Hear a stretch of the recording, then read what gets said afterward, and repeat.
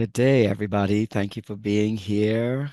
Well, for the essence of time, we want to get started. For those who don't know, my name is Mervyn Akara Smith, and I'll be your moderator for this evening. Before I go into introductions of our evening, I would like to just present some housekeeping rules. Please, if you can, please mute your mic so that we could avoid background noises. And please use the chat thoughtfully. And you can ask questions, give comments, or if you're running into some tech support, you can make mention of that there. If you can, we would like for you to name yourself. So if you do need to chime in or speak at any given point, we can call you by your full name. Cameras are definitely optional, but we do encourage that you keep them on. Yeah. Raise your hand if you need to speak. Recording it will be in session. And remember, we are in a shared community, so please be respectful and inclusive. Let's do our best to say engage. And again, if you run into any technical difficulties, please send it in the chat and we'll do our best to try to mitigate that. And without further ado, let me fully introduce myself. Here we go. My name is Mervyn Akaro Smith. I am a student here at CUNY School of Professional Studies, and I will be your moderator for this evening. And I welcome you to our keynote session for the 2025 Student Leadership Conference here at CUNY SBS. This May, a little bit about me, this May I'll be graduating with my bachelor's in applied management and entrepreneurship with a minor in information systems. And I will be continuing my education here in the master's program in business management and leadership. I currently serve as a peer mentor in the Urban Male Scholars Program, and I'm also certified in project management, digital marketing, and e-commerce, and IT support with a background in arts, education, and community leadership. I've been fortunate to receive recognition from the New York State Senate, U.S. Congress, and others public service for my work in community. And it's an honor to introduce tonight's speaker for the keynote session. And let's start off by welcoming our first speaker, Dame Braverman, who will be giving us our welcome address. Dame Braverman. Thank you so much, Akaro. Well, first, I would like to thank Reshma and Akaro, Elizabeth and Anthony, and everyone on the team who has worked closely together with students to make sure that this is a wonderful event. We are so proud of our CUNY SPS students, the initiative taking, the foresight, the insight, and certainly by selecting AI and the future of AI as the topic of this conference. We had some great news about students this year and achievements. We have Corey Petway, who is an SPS BS and business student who won first place at the New York Business Plan competition in the city, and who will go on to compete again for the finals. We have a student who has gone on to become the chair of the University Student Senate at CUNY, and that's Daniel Redden. We have alumni at CUNY SPS who are New York State Assembly persons, and also one is a neuroscience researcher at the University of Cambridge. And finally, this past fall, CUNY Central gathered 50 outstanding alums from its pool of 25 campuses, and no less than 5 students were on that list from CUNY SPS. So in every sphere and every arena, CUNY SPS students exceed expectations, supersede their colleagues, and really go on to make us incredibly proud with their achievement, with their research, with their activity, and just all the wonderful things they do to grace CUNY SPS. So we're very pleased and always acknowledging our outstanding students. In terms of the school, I'll just be brief in saying a lot of great news. We have people working very hard, as you know, in all areas of the school. A lot of great work, faculty and staff. We've done a lot of transformational projects here at the school this year with funding from Central that went into student scholarships, the student experience, faculty professional development, staff leadership, bright space migration, program innovation, and we had a great time kind of undertaking these activities really on behalf of our students here. Our enrollment, as you may have noticed, is up over the past 2 years will probably be about 20% increase by the time fall comes around. There's been a lot of vibrant interest in our school. Our budget is far better than a couple of years ago when we had some issues. We're really remedying our financial situation and coming out strong. We'll have an overage in our budget this year and building our reserves to about 7 million, which was not the case just a couple of years ago. So we've done a lot of work there. I have, as I always do, been delighted to meet with stakeholder groups this semester with faculty, staff, and students. I'll be meeting later this month with a group of students to learn more and get feedback and gather that critical input that helps us continue to be the great school, the great entity that we are, and to help us serve the students better from year to year. There is also some work on constructive dialogue going on, if you haven't heard, and I think students are involved with trying to create skills and to transfer knowledge about how to manage when conflicts come up in conversation so that we can all be dialoguing with one another with respect, inclusiveness, and with high regard. So that is an initiative that came from Central that's going on at CUNY SPS. And I hope that there are students here that are getting involved. All in all, it's a proud moment for the school. I am extremely proud as the Dean of CUNY SPS to be welcoming you all. I hope you have a terrific time tonight. I thank Dr. Shane Snipes for his participation at CUNY SPS in this event, and I'm sure you can look forward to a very compelling talk by Dr. Snipes tonight. Thank you, everyone. Thank you for you being you. You're great students, and I look forward to seeing you soon. Take care. And thank you, Dr. Braverman. I appreciate those great remarks.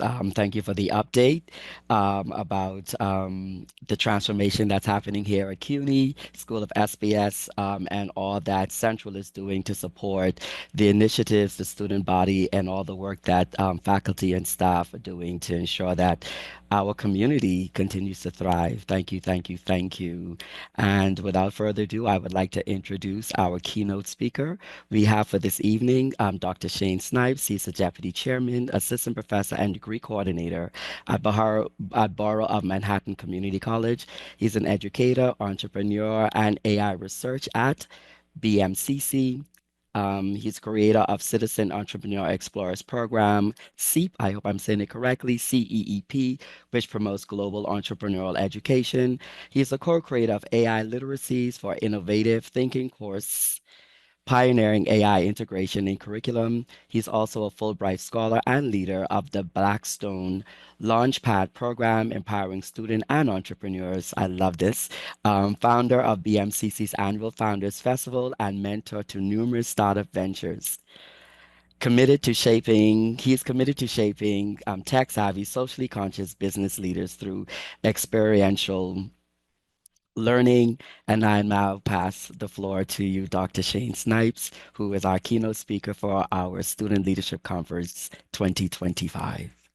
Acharo, thank you so much. This is such an honor to be with you tonight and to hear all that's going on at SPS. Thank you so much, Dean, for speaking with us and giving us this great picture. As we know, higher education is one way that we get to transform ourselves. So tonight, when we think about leadership, and as I go through how leadership intersects with AI, I can't think of a better time to be speaking to you right now. All the opportunities we have to talk to one another during this time, I will be speaking with you, and please put questions into the chat, use the Q&A feature, however you guys have, think about using the features inside of Zoom right now. I just want to hear from you as I go through this overview and as I talk about how technology changed me. You need to understand that I came into my career when the internet happened. So during the mid-90s, as the internet emerged, it is exactly how it feels right now with AI. So I am reliving a process that changes so many aspects of our lives, our careers, what we think about doing with ourselves, how we use materials and opportunity and technologies on a daily basis. So this is where we are. We're at a place in the world where we can take full advantage of that. And I'm going to walk through some of the ways that I think that's possible. I'm going to share with you not just some of the milestones as we heard about, like going overseas and exploring different components of what it looks like to be in an environment where you take advantage of technology and make it a full aspect of what you want to do with your life. So let me share something with you, because I built this presentation on a platform called Gamma. And I want you to become aware of this tool, because it is a very powerful presentation tool that you should all be very familiar with as you start to utilize different types of materials, understanding them, breaking them down into understandable pieces. I'm leaving the web address right up there at the top of the screen, because I do want you to know gamma.app. I do want you to go and explore it later and talk about some of the ways that you can use it with each other and engaging with different activities and presentations. Tonight, because my research at its core, the thing that brought me to my PhD program, I started that journey back in 2011, and it was something that I had always thought about doing. But what really made me want to finish my PhD program was discovering my passion for mindfulness as an intentional tool in the classroom. So I want to share with you tonight for the keynote ways that my research and ways that my own leadership changed and transformed because of this combination of mindfulness. And now, since 2013, ChatGPT or generative AI. You also need to know that my background is actually in tech. Like, I live and breathe Microsoft and HP and Intel for a big chunk of my career. So when I talk about tech, I don't talk about tech from like a generic space, like a conceptual space. I talk about it as it has applied to so many people's lives through the years. And I'm going to switch back and forth, as you'll see, between my presentation and me talking, because when you're in the moment on Zoom and you really get a sense for what someone who's passionate about something is in that space with you, I want you to be in that full space. And I know how Zoom works, right? So this is one of the keys. I want you to take this away. When you're in Zoom, if you want people to get something, you want people to pay attention to you, you don't want to be the little square down in the corner. You want to step up to that full screen. You want to be recorded in that moment. So as leaders, we need to realize that so much of our life, so much of what we do is going to be in this virtual space. So we need to orchestrate and understand how these technologies work. So that already is our first lesson as we explore these pieces of technology. Now, when we want to go to that space of calm and understanding, I need to make it super clear that a spark emerges when your passion intersects with tools. So a tool could be charcoal on paper. I grew up drawing. My parents were commercial artists. They put me to work, and I made great sketches and drawings for them, and we did all kinds of really cool stuff. So my spark for creativity isn't just in tech, but in the merging of our passions to make things stronger. And, I just have to say, we are in a space now with generative AI where it's not about answering a question anymore. It's about co-creation.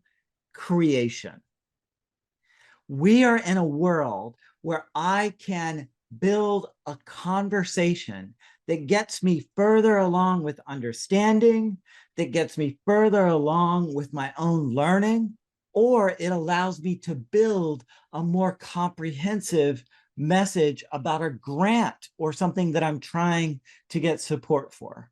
Business plans, all of these things are emerging, and they're being amplified using generative AI like Gemini, like ChatGPT, like Perplexity. All of these tools are now out there, and they give you a box, right? Like, we live in this world where we're thinking like boxes. Oh, this is a box. And so I'm just going to put my one word or my question in there like I normally would. I'm going to treat this like Google, but it is not Google. It is a canvas. And you, as student leaders, have the opportunity to build this canvas in a very unique way. So we can continue to move forward in this moment with three concepts that I like to drive home for people when I talk about the foundation of learning and the foundation of leadership. I'm a big believer in servant leadership. My goal is to serve the people that I'm trying to get from point A to point Z, or sometime all the way through the Greek alphabet. So we want to make sure that we focus, that we consider the people who are in the room with us with equity, and that where we can, we remain in a space of calm, because calm leaders build trust. And when calm leaders are in front of you, you get calmness back. So we want to utilize AI as that special kind of toolkit for us. I would love for you guys, if you can, and I'm going to put this in the chat for us. I'm going to launch right now a Slido, and I just want you to put in there some thoughts and feelings that you might have about what you're doing and how you're feeling about it. So this is the URL right down here at the bottom. I'm going to throw this into the chat so that you guys can take full advantage of it and utilize it. And you just need to go and enter those words, or if you have your phone up and it's looking at the screen, you can scan that. So I just love to see what is one word you think of with AI right now? What is that one word that's popping into your head? When you think about AI, how's it coming? How's it coming to you? Are you, what word is it? I don't want to filter the room by saying a word. Oh, I love this. Yes. Enhancement. Absolutely. Mystery. Yes. Ideas. Helpful. Information. It's coming at you. You've got this. Oh, yeah. The ability to do math within the context of so many different areas. Polymath. I love that. Learning. You've got an opportunity to enhance what you're already doing. This is great. This is really good. Everyone, so you guys keep putting those words in. I'll come back to that in a second. I want us to also remember AI isn't coming. AI has been here for a really long time. In 2010, when I started my tech startup and we built a sustainability analytics firm from the ground up, we used machine learning so that we could actually tell companies their climate impact for their truck fleets and their building and facilities. So we built a special tool that used math and then did projections based on the math that was already out there. That's a type of machine learning. It's a type of AI, but it's not a generative AI. It's not a co-creation process. So what we get to do now is we get to co-create. We get to rewrite resumes with whole new layers and concepts involved.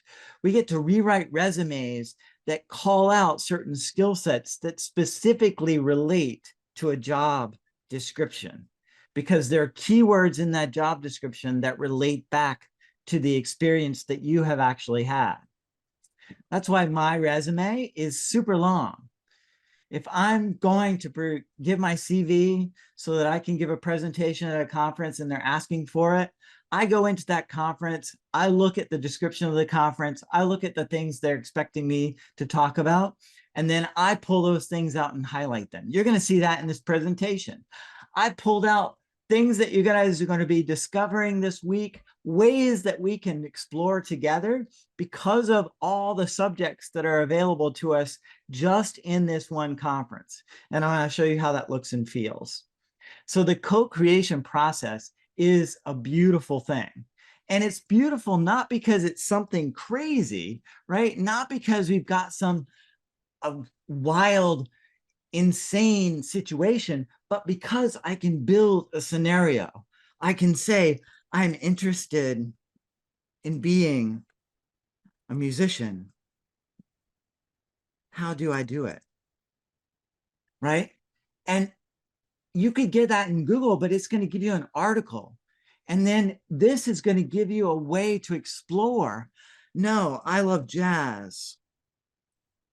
Tell me more about that, right?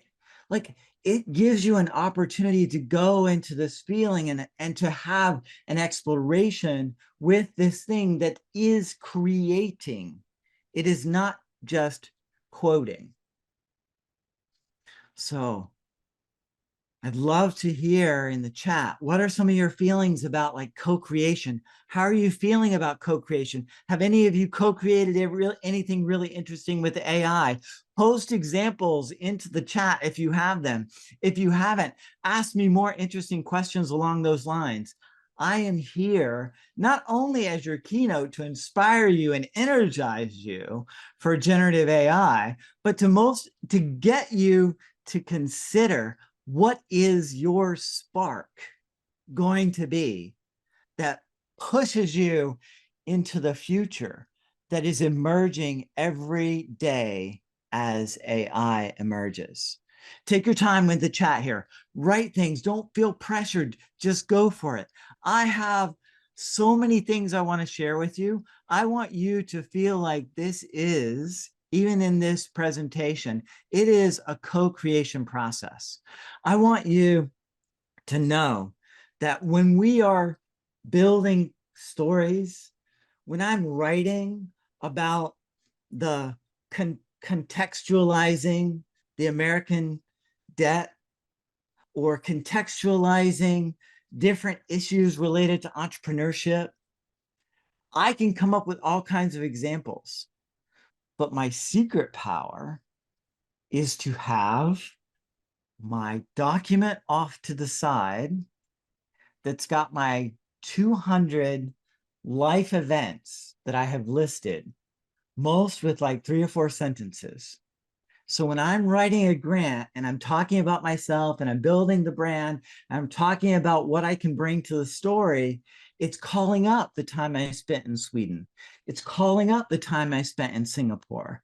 It's looking at the ways that when I lived in Seattle and I worked for Microsoft and we launched this product, what it was like to do those things, because that's not just a CV. This is your life experiences. What was it like for me to grow up with cerebral palsy? What was it like for me to grow up in the South? Like these are all contextualizations that you can put into what you write and who you are now in ways that can weave a fabric in your writing and in your discussions that you may not have even realized you had the power to do that. Now, I, as you can see, love to talk off the cuff. Like I am not reading this. Like my job when I'm with you is to be with you. Right? Now, believe me, generative AI can give me an amazing script for these slides and can talk about some of the things related to it. But what's really important, are you clear about what you as a leader gets amplified? Over the course of this next week, you're going to uncover all kinds of different scenarios, questions, examples from the folks who are going to be speaking to you. at the center of it, if we remember that intention of being calm and intentional and focused, you need to be clear. What is your intention, right? So when I go back to my generative AI and I say my intention is to create social good with music. I'm sticking with the theme. Here's another secret power for being inside of generative AI. Don't keep starting new chats. If you're talking about music, stay in that chat. Why? It knows all the other stuff we've been talking about music. If I start a new chat, we're starting over. If you have the paid version, it's a little bit different, but you need to keep in mind that you want to stay focused in your themes within these chats. So I love it. It's like, what's the issue? What's the energy? It's giving you inspiration for this. I can ask it to write music if I wanted to, right? I'm not going to because I don't want to go down that rabbit hole with you. I want you to remember, if you watch me right now in this ChatGPT process, if you are not driving what generative AI is generating, then you are losing the opportunity to add yourself as a leader and what you think is important into everything that it creates, from your social media post to the ways that you're writing your articles and your essays, to the context of what you're giving folks in a speech, whatever it might be. You need to remain in the driver's seat. I use ChatGPT. I love philosophical discussions. So when you look at this last piece here where it says AI as your amplifier, I want you to think about, how can AI become a life planning tool for you?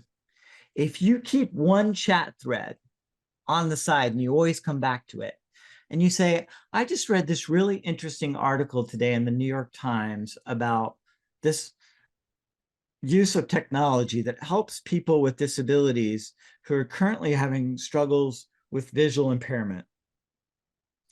And it really inspired me to consider some of the things that I wanted to study or some of the things I want to research. Give me some ideas about how these last 4 papers that I've written could have been tweaked to make them more connected to that concept, to that issue, to that justice that I'm looking to serve up. Because when we take the time to pull and put ourselves deeply into it, and I also have the paid version of ChatGPT, and I've told ChatGPT to not use the stuff that I put into my chats to train their learning models. Right? And I also show my students the way that they can get feedback on things that they write as they write them, like a professor would give them feedback. So they're learning to get my coaching before I coach them. So there are all these ways that as students, you can start to use AI as a companion. And you need to consider that as a leader. How is it going to simplify your message as a leader? What are the 3 things that you're trying to accomplish through a talk? What are the 3 things that you're trying to accomplish in a presentation? Because if you're trying to accomplish more than that, you are overwhelming the folks that you're trying to lead. Remember, focus is so important as we engage with AI. And it can be so much fun. I stepped just briefly into the music space, but we know that if we remain calm within context of leadership and calm within the context of what we were receiving back from AI, because it can give us a lot of information, a jumble of information. And as leaders, we have to go beyond chaos. We have to think about what is strategic clarity. And I can't help it, guys. Like, I literally can't help it. Strategic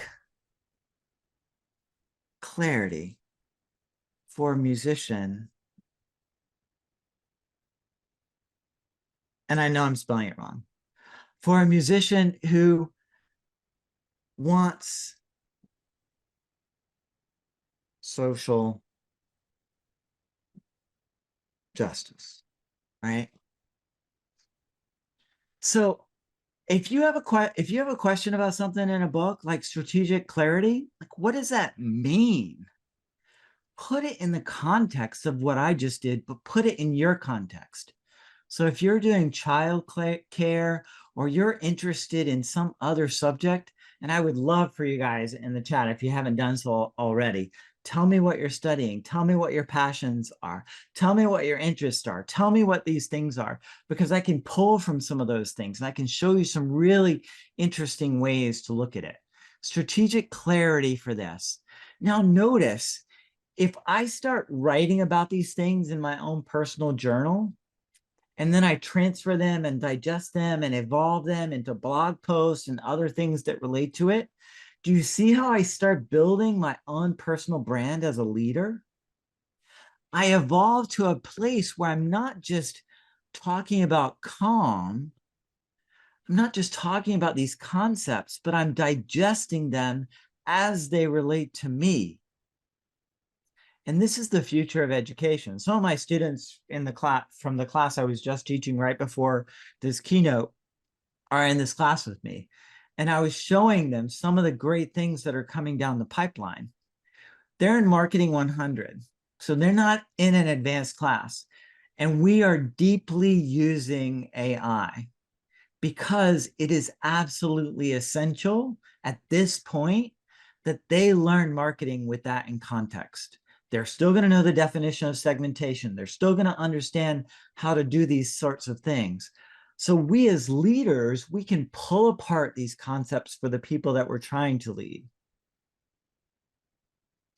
And as we pause and we take a moment, do you see what happens to the space, the virtual space, when we slow down and we pause? My energy is high. My force behind what I'm saying is high.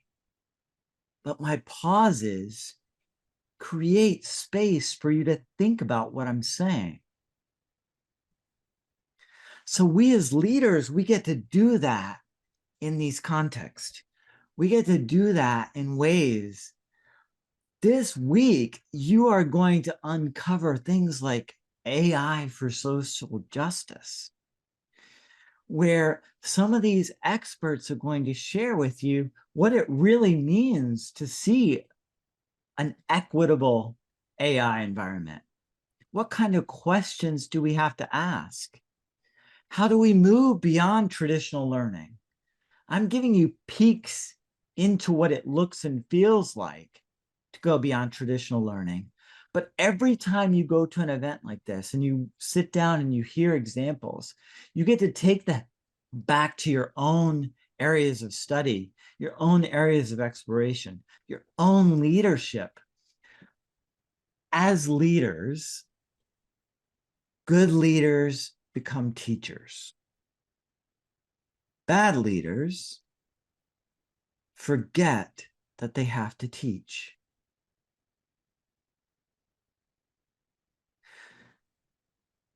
Looking at these examples here, you can see that there's still a lot of questions with AI. We have to remember that as we enter this age, and it is an age of AI, because it will transform everything we're doing, from how traffic lights work, to how we design roads, to the ways that we are leading each other. And of course, in this scenario, the way we give talks. How many of you guys have gone to a keynote where the person opened ChatGPT? It is a new normal. AI is my teaching assistant. I want my students to use AI as their coach to help them understand and to learn.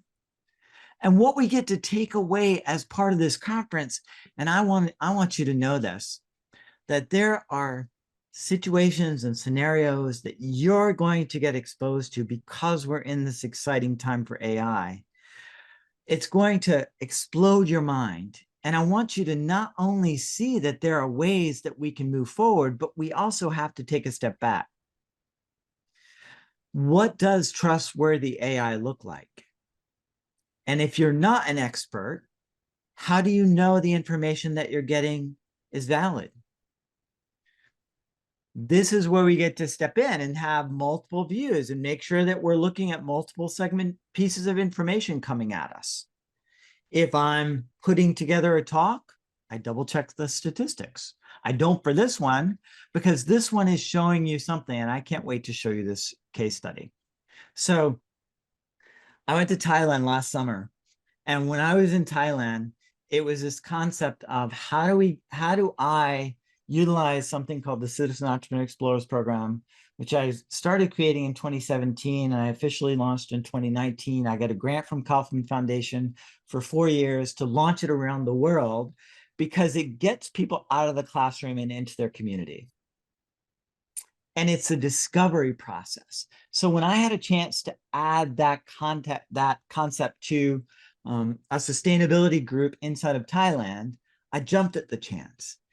And we were able to use AI to start to pull apart what people were saying in different interviews and to understand it and do textual analysis on the fly and come back, not in hours, but in minutes, and say like, okay, so if we just did an interview with this community group and we've got this information, how do we pivot what we're planning to do?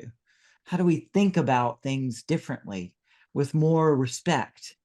Because we understand without all the other effort and energy that might have to go into it and experience. This is why I'm telling my students, you can just learn faster. You still have to learn, but you can just learn faster now. And in this example, when we went out into one of the villages and we pulled some of the leaders from the community aside, all I had was my phone. So I pulled my phone out and I had them saying what they wanted. We grabbed that. It was transcribed right away. So I took that transcription for each question, copy and pasted it into not into ChatGPT, because back then I didn't trust it as having its own closed space. Now I have my own closed space. But back then I was like, I'm not sure about this yet. So I put it into Copilot because I know that's Office 365. I know it's enterprise. I know it's secure. I know it's FERPA compliant for student information. So I was putting it in there. But I did the same textual analysis and I was showing them on my phone, like what it looked like for me to do textual analysis. And I was showing them and they were like, oh my God, how did you pull all these feelings and context about what I was saying? And I would reflect it back to them. And we got further in an hour than we would have gotten in 20 minutes. We got further in an hour than we would have gotten in 2 days. 2 days of conversations, 2 days of sitting around and talking to each other. But here's the fun part. So we did all that heavy duty lifting, but then that left tons of space for us to do stuff like go and cook together, go and like learn how to do weaving, to make it more of a tactile experience, because building relationships isn't about using AI. It's about getting to understanding faster.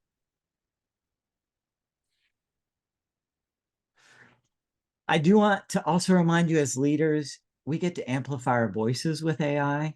we get to write more blogs and more content, just remember that quality is still going to be better than quantity. So if you can write a thoughtful blog that's got examples from you, that sounds like your voice, which you can get to with AI, and you can learn those pieces, that's part of it. And then we also want to make sure that we keep in mind, how do we continue to make AI more accessible? I got a bunch of feedback. I did an innovation sprint about 2 weekends ago on a Friday. And a person with sight, she had sight issues, and she was saying, like, I can't do this. I don't know how to do this. And it was it taught me to redo my curriculum. Now, I used AI to help me build a new curriculum. So I built a new curriculum. By Monday, I had a new curriculum. I sent it over to her. I said, hey, what is this? How do we use auditory explanations for things? And so that's a way that we can get closer to getting everyone on board as leaders. I talked to you a little bit about your self-discovery and jobs. There are all kinds of diverse perspectives. And we have these great speakers who are going to be talking to us about what it means to get to a diverse perspective. They're going to be talking to you guys, going over information, talking about these areas. And I am excited to be in as many of these as I can fit into my schedule, because just like you, every time I hear something, I bring it back to a classroom, or I pivot and bring something into my own work. So we are all learning now, and just embrace it and be ready to amplify it within your context. I do truly believe that AI can be a healing tool if we make it a healing tool. Let's be the leaders that make it a healing tool, that get us to strategy that's good faster, that helps us to understand so that we can understand what fairness means.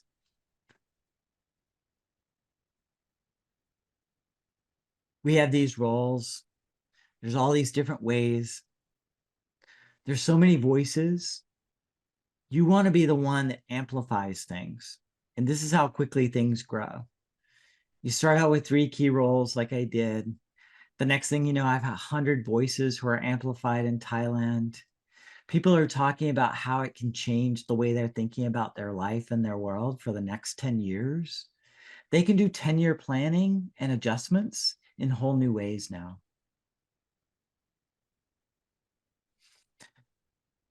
What is your mission as a leader? Bring that into all of these conversations this week. Discover it, rewrite it, and you're going to walk out of this session, and I get emotional talking about it, because you guys are the leaders of the future. We can't do any of this without you. We can't make the world better with AI without you. So embrace it with you at the center of what you want from it. I just want to say thank you guys so much for everything that you have offered us with your presence tonight. And I want to take some questions if there's time or interest. I'll look through the chat, or if you guys want to call out some questions, I can answer a couple of them if there are things that haven't been covered. But guys, I give you my heart, because this is heart work, not hard. This is heart work. If we make it heart work.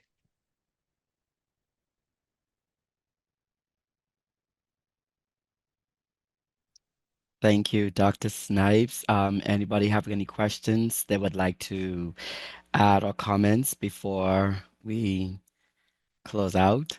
And before I give my closing remarks? Yes, go right ahead, Sabrina. You can unmute.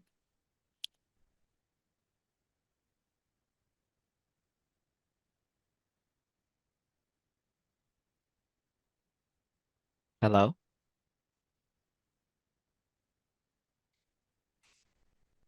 think I saw a hand was up there for a second.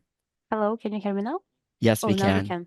Oh, Thank perfect. you. So I was trying to ask a question. So recently I was researching about what impact AI has to us people and to our world at all. So could you please, I mean, if you know anything about it, could you please let us know what is the impact of AI to our world? Because I know that after internet, we had a lot of fields occupied by internet like companies, which totally affects our air conditions and our like green field that protects our world. Could you please explain how is it so and what is the effect to our world and people at all? Yeah, so are we talking about sustainability issues? Are we talking about things related to the environment? Or are we talking about impacts in general? What would you like to go into there? We Uh, can do general. Yeah, so think about just a context to contextualize, and I like that word contextualize. So the idea of contextualizing something is to first pull it apart. So if you were to go into ChatGPT right now for yourselves, right? And I want to explain it this way because I think it's a great way for you to do this type of exploration for yourself. If you were to say ChatGPT or Gemini, can you contextualize for me how AI might impact small businesses that are storefronts or shops over the next 2 years, 5 years, and 20 years? Now, if you have a paid version of ChatGPT, use deep research to do it. If you have a paid version of Gemini, they also have something called research that allows you to go in and do like deeper research. It pulls from various locations. It does a lot of very logical explorations of something like that. And so it's going to give you a context for that. If you are interested in an industry like healthcare or mental health, let's say you want to be a counselor, or let's say you want to do childhood development, any area that you want, that you're particularly interested in like that, use that type of language. Can you contextualize this for me? Can you give me different dimensions? And then you want to go into a dialogue in that chat that helps you understand different things that ChatGPT gave you. So that maybe it might talk about career components, right? And you can say, can you give me 3 skills that I should be studying right now to help me get to a better understanding of this aspect of this industry?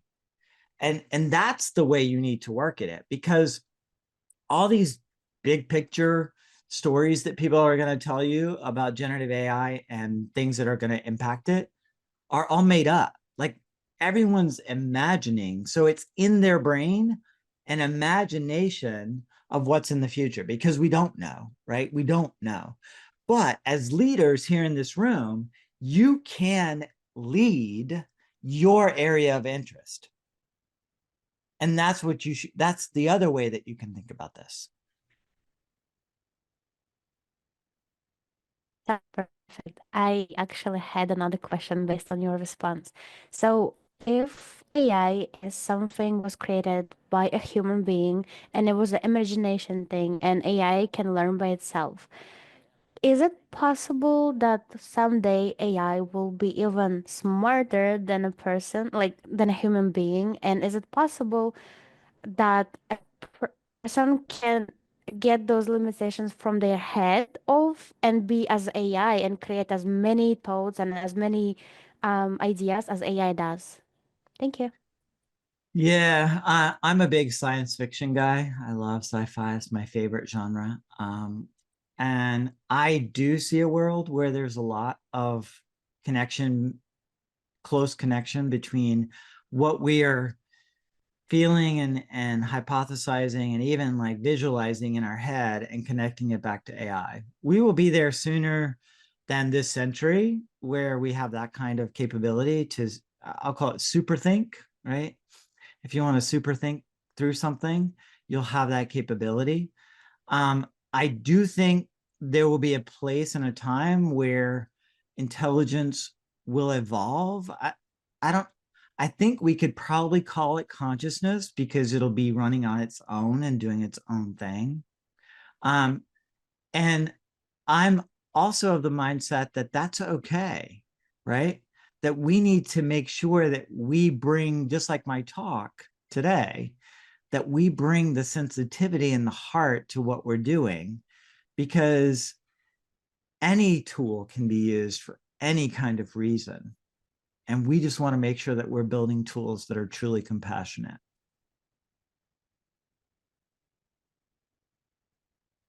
Thank It's you. amazing. Any other questions? I ran through the chat. Oh, yes, we have a question from Jacqueline. Yes, you can unmute, Jacqueline, and ask your question. Greetings. This has Greetings. been amazing. Like, I needed this TED Talks. I mean, SPS talk. But anywho, I got a question. How do we integrate this into our classrooms, right? I have a 16-year-old daughter whose imagination has been beat up by standardized examinations and so many milestones she couldn't reach because she didn't fit the mold academically, right? And my daughter is dyslexic, right? Which means that she's been living in the future forever, right? You can't read and write the traditional way. So you out here doing all kind of things to figure out how to read and write. But the challenge is this. I'll introduce her to Chat GPT, and it's like the forbidden rule. You know, she'll go to school with her head down. And I'm like, you have an imagination that's beyond vast. You know, you have experiences that would benefit the world to hear, but yet in academic spaces, it's like, how dare you do that thing? You know, I am an educational advocate as well. I still have teachers grappling with giving students calculators because they feel like if a kid has a calculator, my goodness, the world is going to end and the kids are not going to learn anything, and the world is just going to end. What, like, we're doing our kids a disservice. The world, I just saw an article about I believe it was China, or one of those places where it's becoming mandatory. Meanwhile, in our schools, our kids are, you know, we're having arguments over calculators. So like, where does this begin? Because it seems like in academia, it's the big bad wolf, but it can't work without you, right? I mean, AI is here, right? Like, it's so many things we can write about, but it's not going to write itself without us. So, like, how do we get there? Yeah, it is such a hard question, because we're in that transition phase. Right? So it's going to be a transition, and the transition is happening so quickly for big companies because they're already seeing the value of having their really smart people who know a lot about marketing using tools like this to build things faster and make things work better. Education is getting there, but it's going to take a while, and it's going to take people back to calm and patience and energy and focus to get into these spaces and have these talks, to go to the meetings with the people. You know, your daughter should be, you can be her advocate, and you can be an AI advocate. Correct. You can talk about the ways that this can support her. You can bring AI created ways of rewriting assignments to make them dyslexic friendly. Like, there are these tools now that we have at our fingertips because of your scenario and your situation. Like, I can pull it apart into all these different ways that I might type something in and like build some tools that are dyslexic friendly. Or how do I approach student leaders, school leaders with this kind of situation and scenario, right? And break it down and then bring that like 2-page printout and say, hey, this is what I was talking about. Back to that calm and patience and saying like, here's how we can work through this. This is what it looks like. See how AI is helping my daughter explore this aspect of who she is. Make it okay by showing your daughter how you're learning and exploring with AI, and then go into those sessions with each other where she's exploring and discovering things right next to you on her phone or on another device. Make it an exploratory experience, because that's how you're both going to learn it. There's no other way to learn AI. There are no secret prompts that you can write. There's nothing like that. it is going into the space and making yourself and what you want to accomplish very clear. And that doesn't mean you have to write the perfect prompt. You saw I went into a dialogue. Just go into dialogue. Great. We have one more question in the chat before we come to close, and the question is from Hugh, and it says, "Do you think we will need to upgrade by blending tech into us to keep up with AI?" Interesting question. I I already have a cybernetic brain as part of it. No, I'm just kidding. Totally kidding. I had to say that. But no, I think it's coming and it will be here probably before the end of my life. And we'll see what it looks and feels like and how we get there. I think AI will help us get there in some ways, in trying to map some of the ways that we can connect to our brains and make it better. But I'm a believer in that. But like I said, you saw me, like, there, for every talk like this, there's a talk of like people who are just scared and terrified. Just know your voice of, not positivity, your voice of practicality and being a leader as you understand its context for you, and doing this work of exploring with AI is going to set you up for that kind of transformation that's coming for us.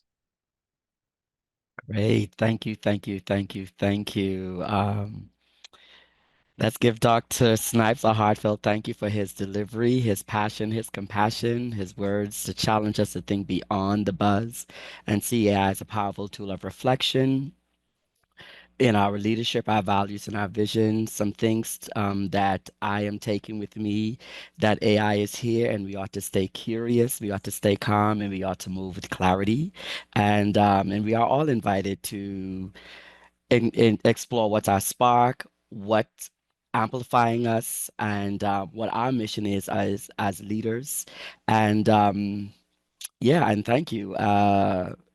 Dr. Snipes, we appreciate you taking the time to be with us this evening and share so much, some things that we know and some things that just continues to keep us ticking at night.